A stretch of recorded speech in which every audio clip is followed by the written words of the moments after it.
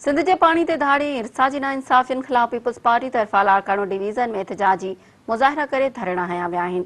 लाड़काने में पीपी सिंध जे सदर निसार खोड़ो जी अॻवानी में सवे पीपी कारकुननि जिनाबाग चौक ते धरणो हयो।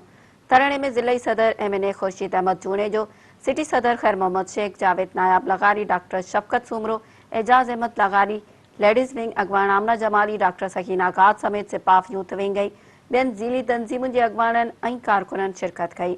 चेकमाबाद में सूबाई सलाहकार मीर एजाज खान जखराणी की अॻवानी में शहीद अला बख्श सुमरो पार्क खां जुलूस कढी प्रेस क्लब आॾो धरणो हयो वियो। रैली में एमपीए डॉक्टर सोराब सरकी, अॻूणे एमपीए मीर औरंगज़ेब पंवर, ज़िलई सदर लियाकत लाशारी ऐं ॿियनि अॻवाननि शिरकत कई। होॾां कंदकोट में पीपी ज़िलई सदर गुल मोहम्मद जखराणी, सादिक हुसैन गोलाटो, ॾाॾो खान जखराणी ऐं ॿियनि जी अॻवानी में पीपी सिटी ऑफिस खां रैली कढी घंटाघर चौक ते धरणो हयो वियो। कंबर में पीपी तरफ़ां पीपी ज़िलई सदर कमरुद्दीन गोपांग, लियाकत अली गोपांग, इकबाल यूसुफ ब्रोही, शाह हाजी मुखेरी ऐं ॿियनि जी अॻवानी में शौदा चौक ते धरणो हणी पाणी ते धाड़े ख़िलाफ़ नारेबाज़ी कई वई। ॿिए तरफ़ शिकारपुर में ज़ुल्फ़कार कुमारियो ऐं ॿियनि जी अॻवानी में एहतजाजी रैली कढी मुज़ाहिरो कयो वियो।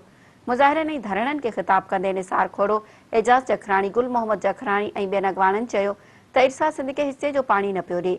सिंध जे पाणी ते धाड़ो हयो पियो वञे। पाणी न मिलण करे लखे एकड़ ज़मीन बंजर बणिजी वई आहे। सिंध खे फौरी तौर पंहिंजे हिसे जो पाणी ॾिनो वञे।